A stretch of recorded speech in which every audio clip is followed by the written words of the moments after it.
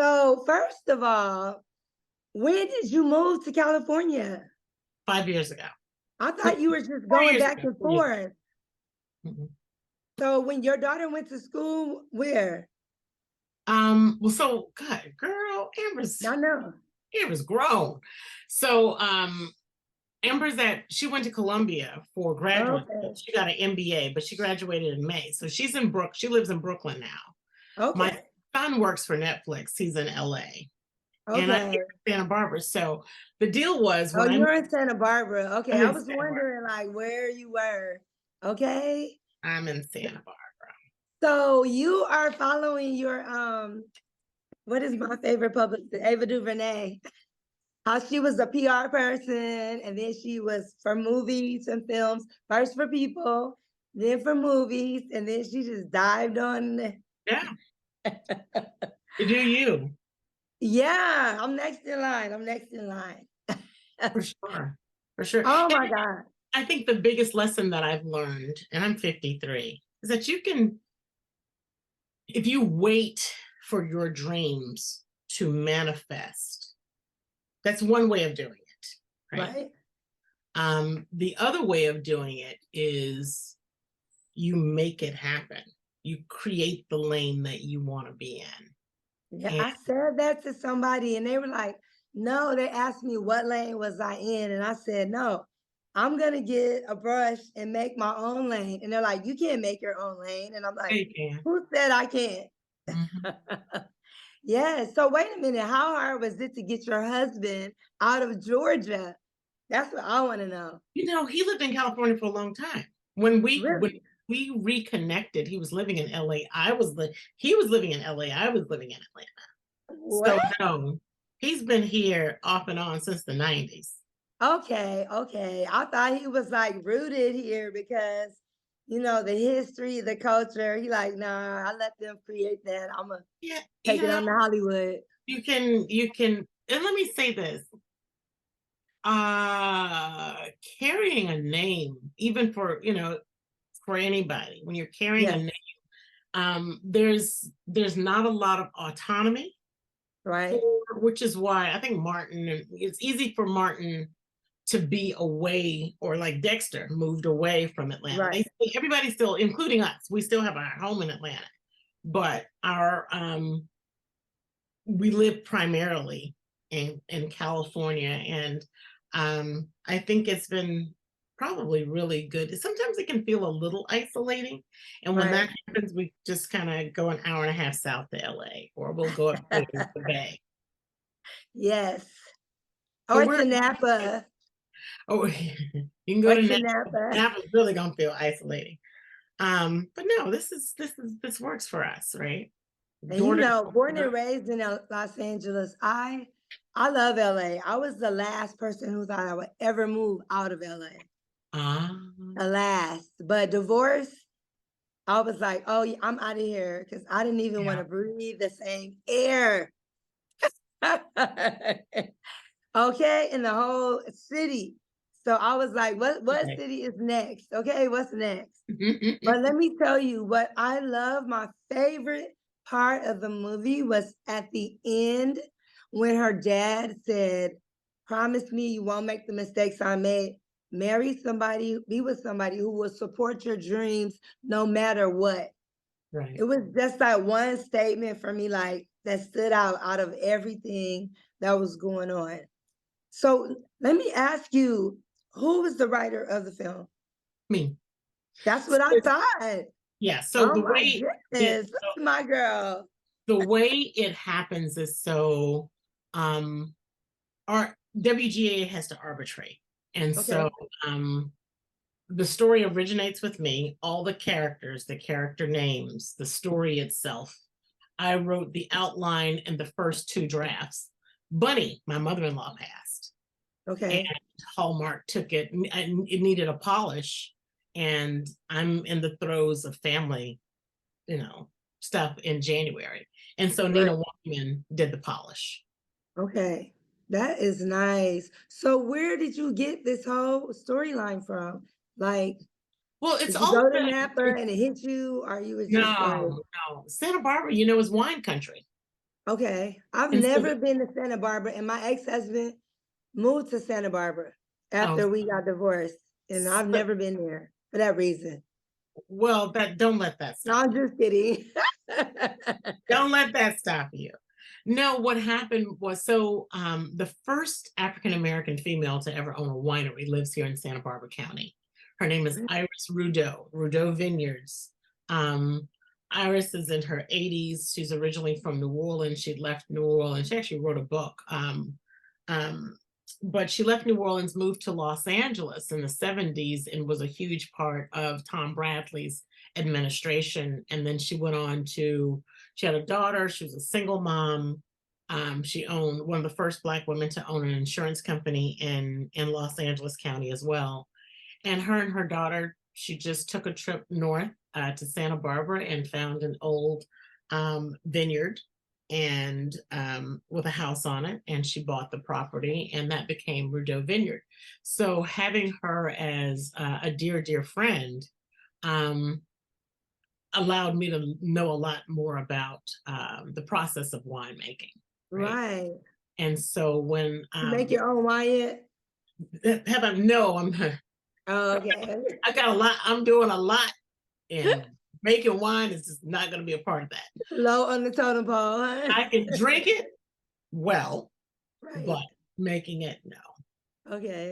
So so what happened was last April, Tony Judkins, who's the senior vice president of Hallmark Mahogany, reached out to me and said, let's have a meeting about some ideas that I'd like to see for Mahogany. So she um, drove up from LA, and we met and had lunch all day. Me, Tony, and her fur baby, who's just adorable. Um, and so from that, we kind of settled on, okay, let's do Mahogany wants to do something around vineyards, and that was an easier thing for me. Right. But the story itself is a little bit of me and everything. So I grew up, my mother died early. My father raised me. So that's where you get the dynamics between Alec and Mary. That's me and my dad. Oh. Initially, before going into entertainment, I was going to be an attorney. So that's where Oh, that's that, why you're so smart. All well, that I don't know studying. how smart I am, but Yes, you are very smart. You people are are very like, do wise. what you want. My dad, my father did not want me to be in this industry. My father wanted me to be an attorney. So the kind of the pushback that you see, the father's character basically like, not really being as supportive. That was Right. my dad as well. So if the people that are that really are in my orbit, they were able to figure out Alex Jackson is Alex Jackson, which was Maynard's great grandfather's name. Cassandra Moore is my grandmother's maiden name. Lena was my other great grandmother's name. Wow. Angela is my first cousin. So the dynamics that I've learned from two people, just kind of reading their materials, Nancy Meyer and Shonda Rhimes, is that what you do as a writer, you're infusing for the story spine, you're really infusing parts of yourself into each one of these characters to be able to create clear voices and motivations. And so I love it. See, I told you were smart. And well, I Denise also teach Boutté, screenwriting, so that was yes, of course. That's what smart people do. Now, Denise Boutté, was she on your list? Like, who can really bring this role home, or was it just an audition of everyone? as a writer. I know, again, that's all Tony Judkins. Okay. Tony is one of probably the most brilliant persons in Hollywood. I mean, her approach, her understanding, and understand that Hallmark is they have their followers, their viewers Oh, yeah. are completely hooked in. And so Tony, knowing what that is, Yes. but wanting to make sure that there was nuance, that have people that look like us in it, That was her That's what call. I love about the And changes. yeah, that was her call. The primary cast members were her call, and I think she did a phenomenal job with it. The music Phenomenal. also was her call. Really? Wow. Yeah, everything was great. It was so beautifully put together. The flow of everything. And Denise is always delightful. You know, it's Yeah, so natural with her. Like whatever role, it just seems like it's her. You know what I mean? she is truly one of the kindest, and she's extremely smart, and she gives her all. And it was a wonderful thing. I got a chance to be there the last week of set, and it was wonderful to kind of watch her and Collin in action. I know that I miss her back in LA and not here going to lunch with me. I miss my friends. Aw. I love it though. So I am so happy that they let us discuss the movie, with the strike. I've been Mhm. feeling the drought with having movie talk, and just everything, and I was like, well, what if we don't talk about the actors and we just talk about, the business of, and they're The like, business of it no. all. Well, and let me say this. There are levels to this. Everyone Yes, should be paid. If yeah, you remember back in the day when Left Eye broke down why TLC was broke. yes, I mean, she made it palatable for anybody to be able to understand this is how much three people divide a yeah, dollar. right. And Basically, when she gave you that formula, people was like, oh my God, yeah, okay, I understand why. But the same thing is with SAG and the yeah. Writers Guild, right? When you understand, for those people that don't, I mean, if you read the credits at the end of a film and you see all the production people, all of the people, I know that I don't know if people have gotten a mindset because Tyler makes it look so easy, like produced by what Tyler, written by this, but like, yeah, you're not on a set and seeing all these people that are actually there in the writer's room and seeing all, it's a conglomerate of everything. But those credits say it all. Like, man, how many millions did they have? And not even the people, the lighting, just yeah, the lights alone. You see those big light trucks outside? yeah, for sure. That's a And lot of money per day. I will say we had a really Anthony Mitchie was the DP. And with any movie, even if you are a novice director, your DP makes the movie. Oh, yeah, all day long. Your DP and that editor make the movie. And we just Yeah. happen to, we're extraordinarily blessed. He's amazing DP, he's amazing. And there he's Canadian. He and the director are Canadian. But it was wonderful. It's always a great experience. For me, I think the Hallmark format of writing is probably the most challenging because Yeah. typically a movie has a 3-act structure and this has a 9-act structure. Wow. So I've been able to talk to even Cass Seegers because Cass same trajectory. Okay, Right. the first one out, whoo! But once you kind of land what it is, Right. for Hallmark and Lifetime, they have very distinct structures. Even down to the kisses that take place and how many seconds and everything, like that's kind of crazy, right? It's Well, like, we did give but you it's Collin with his shirt refreshing. off. It's refreshing though, Yeah. because I love, to watch television, Hmm. as a family and you're not like nobody uncomfortable, or if you have company Right. over, like let's just watch something nice. Yes.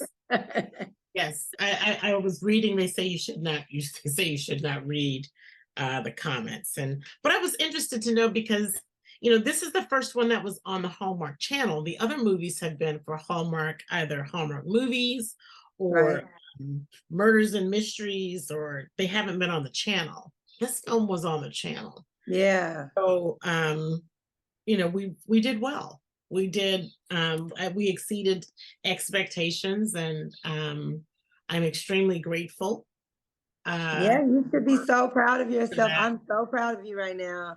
Oh, thank you. Yes, when I got the email, I was like, Wendy, I was like, yeah, a win for my Yeah. friend is a win for me. It's a win for the team, you know? So Yes. I love it. I love seeing you and your husband work so close together and just, Mhm. just the unity back in family and couples and, being able to travel and then working your passion and Yeah. doing something that you love where it's not like, oh, I got to write today, where you're like, oh, guess what? I thought of another part, it just makes a difference, It does. It does. I've got some other projects and stuff that I'm working on outside of Hallmark, and one's a limited series that myself and Gigi Lavangi wrote. Gigi Lavangi wrote the movie Stepmom with Susan Sarandon and Ed Oh, Harris. yes.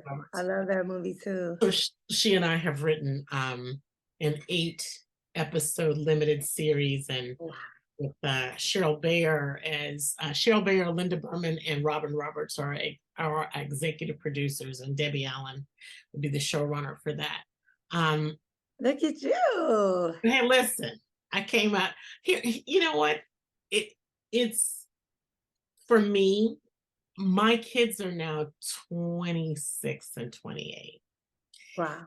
and my kids now they're understanding. Mommy, you really made our childhood magical. Thank you. Didn't Right. know how much you were showing up. But now that they're grown, Yes. I can finally, I think You I like, told. oh, wait a minute. I have money in the bank. That's where my money was going. But not that Okay. you not that your grown children don't need help. Yeah, but still, like it's a big difference in when they're It's a big difference little. from the day to No days. more cab driver, No, chaperone, chauffeur, soccer games, baseball games. But all life that. life gives you so much content. Um, Right? and I will tell Content. you, some of the best for comedic timing, nothing beats the internet. Oh, Nothing. The nothing. internet wins day in and day out. There's some people I'm like, this person would be a great writer. This person, Right. because sometimes I might see them on just following different people. Yes. I do follow ATL Scoop. I hate to say that, but I do. And I read it for the comments, right? Right. For the Because comments, honey. the comment section, sometimes I'm like, okay, this person needs to be in a writer's room because they are funny. Yes. And it's just fun the way it lands. It's just so funny. That really helped me when I was going through my little sickness. The internet, like that certain things, certain YouTube things, Oh because I gosh. was like, I'm not watching no more For My Man. I couldn't watch Mhm. anything crime stories, no stabbing, no nothing Right. brutal. Everything had to be laughter. Because I was Yes. like, I need laughter to heal. So I Yes. just tuned all of that out and tuned in to certain bloggers, and I would just be sitting there dying and waiting on everything. Look, from the Bible to the bloggers. I had to get Get it. serious scriptural and then back to the laughing. Yeah. I totally laugh the Prayer word. and laughter. That's the remedy right there. It is. Prayer and laughter are everything. And I love to see in a film too when like a man, if he's a lot of times when their significant other passes, their spouse, and they're so much grieving and they have to raise a child, like Marvin Sapp, and then they're just all enthralled in that and they don't even have love on the table. So Yeah. when love comes when you're not looking for it, it's Hmm. just like, oh wow. And so even though I think all movies and love stories are a fairy tale, I love love. I love the idea of love. I love all of that. Even though I might not believe it's realistic, when I see it on television, it is 1,000% realistic. It's like, yes, that could be me. Janelle, I'm here to tell you, love can be magical. Okay. It can be um adoring, and it can be tender, and it doesn't have to have a time limit. Right. You're right. My father used to tell me, marry your best friend. And now at 53, oh, I get it. Right. Because you knew me when I was in my dash between husband number one and husband number, Right, right, right. but I can tell But you you, was always working, always always smiling, working. and always worried about those kids. Yes, That kept you busy. that kept me busy. But like I've married my childhood bestie Wow. And since you the guys are so we've known cute each other together. That's what 48 I years. love the most. 48 Yes. years, he puts roses, like, I've got roses on my desk now. I've got roses on Uh-huh. my desk, my coffee cup, you didn't see him, but he handed, he's brewed me some coffee for this See, that's conversation. good parenting right there. I love a man with some good parenting, okay? That I do makes all the understand difference in the arranged world. marriages. I do understand it. I'm not saying that I have to push that on anybody, but overall, conceptually, oh, I get it. Right, right, right. I Okay, well, I want you to tell everyone where they can tune in because we just getting all these new Hallmark can fans. watch Napa Ever After on Hallmark Channel, again on September 15th. I know it's 2 p.m. West Coast time. It should be, but you need to check your provider to see what time it comes on the East Okay. Coast and Central time. But yes, watch it. Collin Lawrence is such a wonderful, handsome. The chemistry between him and Denise Boutté is, and all the other characters, but they really have an overwhelming connection that it was just, of course, it's just platonic, but you could feel just the love, and that's what made it so magical. Yes, yes. And I was thinking like, wow, all this in 1 hour. She knew he was the one. Right. I'm like, does that happen in real life? For sure, like I've said to everybody, everybody has a story, and it's my hope that everybody feels the kind of love from the stories that I want to tell.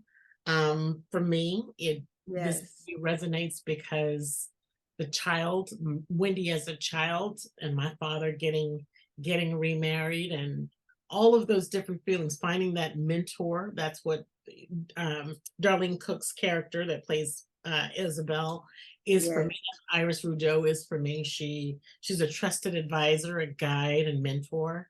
So those types of things, I just encourage everybody to tell the stories that they want to tell, with be it for one outlet or another, but just write the stories that Yeah. I love that. Okay. I am Wendy Eley Jackson, and I am with Upscale with Jonelle, my dear friend. I love her. Aw, thank you. Thank you. Bye. Tell Abby I said hello. I certainly will. Bye. Okay. Bye.